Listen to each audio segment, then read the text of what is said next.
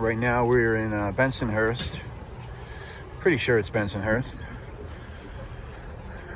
We're heading to 1809. 1809 Stillwell Avenue. And we're on Stillwell right now. Busy Sunday morning.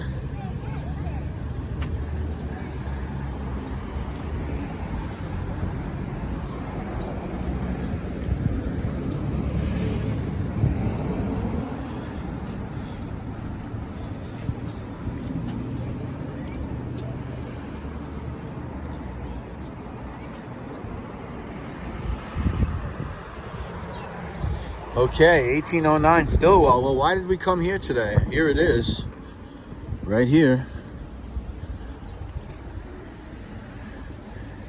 1809 Stillwell Avenue, now known as Alarms Are Us. Free business plug for you Alarms Are Us folks. Well, today we're here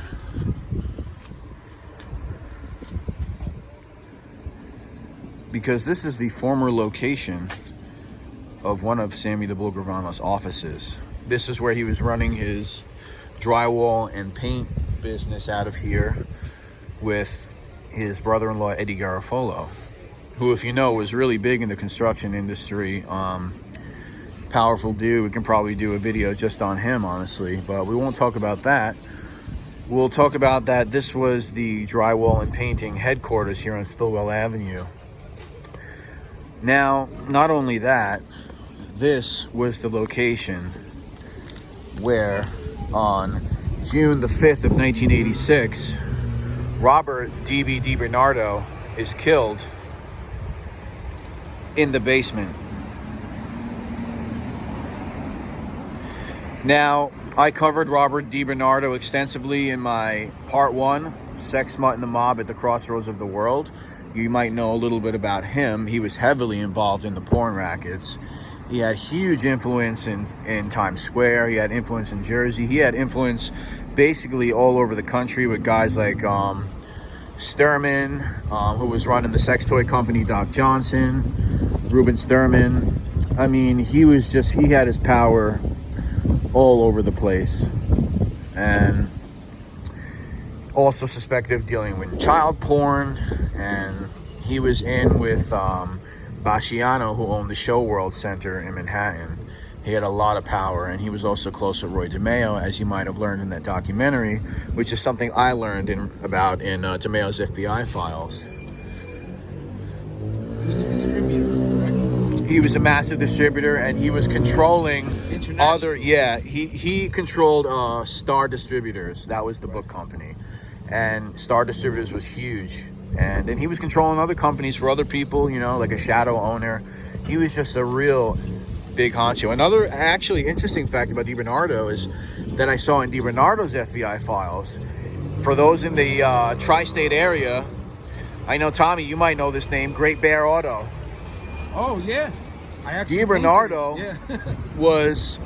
owned Great Bear Auto. He was the guy so he was the guy, if you look in the FBI files, it talks about his ownership of Great Bear Auto, and it talks about all the locations.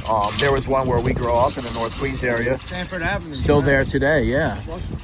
So that's just a little tidbit. So he had his interest in that as well. So now why Bernardo was killed? Well, I mean, so apparently there's a couple of notions that he was quote unquote being subversive. I don't know if that's from Gotti or Ruggiero. He's being subversive. Or there's also that maybe Angelo Ruggiero might have owed him a lot of money. You got any ads to that, Tom? I actually heard that DiBernardo had said to somebody that Ruggiero wasn't smart enough to be underboss. So that would be subversive for sure. Yeah, that would be something you might not want to say to the boss's right-hand man. Yeah. So yeah, I've heard that. And of course, there's also the money angle that's quite possible as well. So anyway, Gotti sets up Sammy the Bull to do this hit. Sammy doesn't really understand it at first. He's like, this guy's fucking harmless.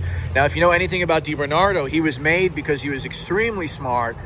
He had a lot of power in many industries, and I guess he was a really powerful racketeer. He was not known to be a murderer. I don't even think there's any documents of him killing anybody ever. Of course, he had knowledge. That was his downfall, probably, because he was a captain, but he had no crew. Yeah, he had no real crew. He was living out on Long Island. He was really wealthy, and he was just like a family man who was dealing in a lot of disgusting shit, as we hear about the child porn. He was actually on trial, or about to go on trial, at the time of his murder on June 5th, 86, when Sammy the Bull apparently calls out to Eddie Garofalo, and he says, round up old man Peruta, Joseph Peruta, and round up Thomas Huck Carbonaro. So apparently they come here, and DiBernardo arrives, and according to Sammy, you have Huck Carbonaro waits upstairs, DB goes downstairs, and Joseph Peruta and Eddie Garofalo are there along with Sammy. So Robert DiBernardo gets downstairs. Sammy the Bull Gravano tells him to have a seat, which he does. He asks DiBernardo if he would like a cup of coffee, to which DiBernardo replies yes. Joseph Old Man Peruta goes to retrieve the supposed cup of coffee, but retrieves a gun from a cabinet behind DiBernardo, walks behind DiBernardo, and ends his life. Once again, that happened right here, 1809 Stillwell Avenue. Under these, what do we call these? Storm fucking things? I always forget. Cellar gates? Cellars. Cellar gates? Yeah, under there in the basement. I'm not trying to laugh about this. It's just had a brain fart as to what we call those things. Yeah, so in the basement of this property here, that's where Robert DiBernardo met his fate back in 86. So I thought that was definitely worth it to take you guys here to look at this location. 1809 Stillwell, former location of Sammy the Bull Gravano's drywall and painting business. So and this is like what? We go less than a mile from the Plaza Suite, right? Oh yeah. Yeah, this is like. Didn't even take us but a couple minutes to get over. Take us a few minutes to get here. Yeah. So I mean, we see how close these operations were.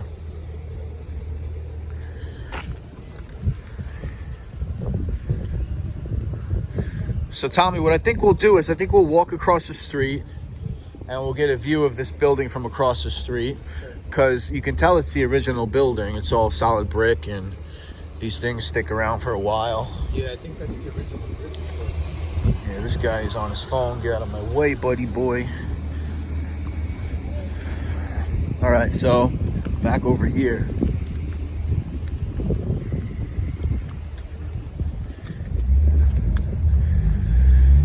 All right, Sunday morning in Brooklyn. It's pretty live, guys, pretty live. All right, so right there, Alarms Are Us. 1809 Stillwell. All right, guys, we got a couple more spots for you today. Get a look.